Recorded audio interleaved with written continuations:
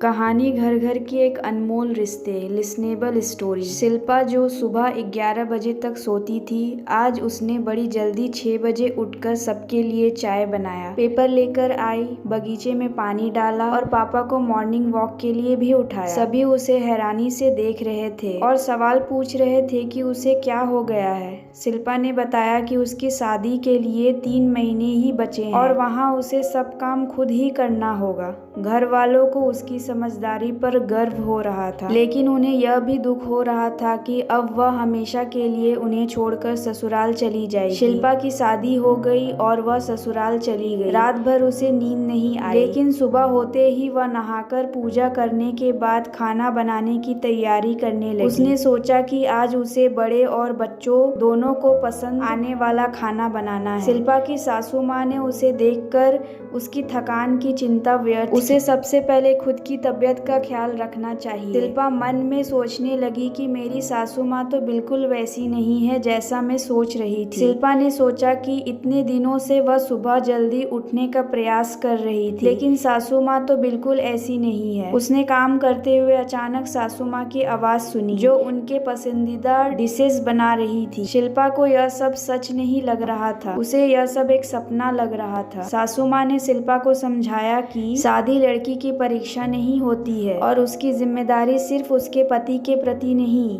बल्कि परिवार के सभी के प्रति होती है। सासू माँ ने शिल्पा से कहा कि उन्होंने उसे सिर्फ काम करने के लिए नहीं बुलाया है और ना ही तुम्हारी आज़ादी तुमसे छीनेंगे।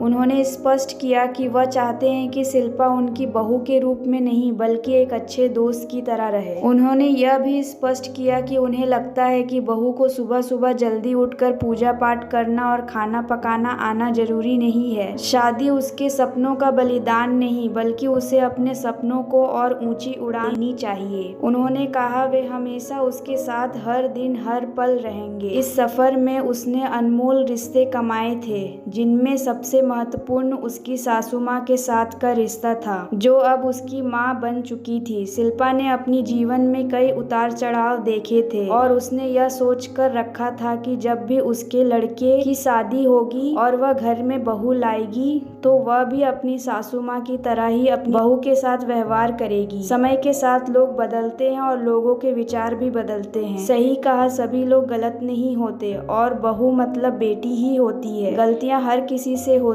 है, इसीलिए बहू के साथ भी वही व्यवहार करना चाहिए जैसा खुद की बेटी के साथ करते हैं। आशा करती हूँ यह वीडियो आपको पसंद आया होगा। इस वीडियो पर आपकी क्या राय है हमें कमेंट कर जरूर बताएं। वीडियो पसंद आया हो तो लाइक और शेयर करना बिल्कुल ना भूले। चैनल पर नए हो तो चैनल को सब्सक्राइब जरूर कीजिए। वीडियो देखने के लिए, कहानी सुनने के लिए आपका बहुत बहुत धन्यवाद।